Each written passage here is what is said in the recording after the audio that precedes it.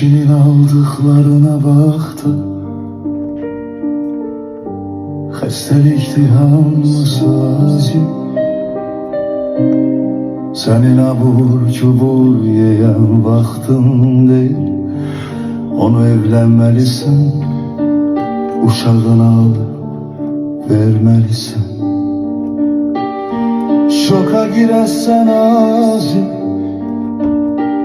pullar çırta pırta gedir.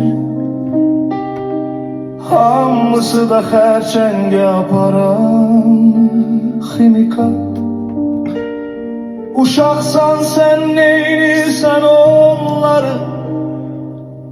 Hara? Hamısı ziyanlı şeylərə. Xərçəng loading. Elə bil 5 yaşı var.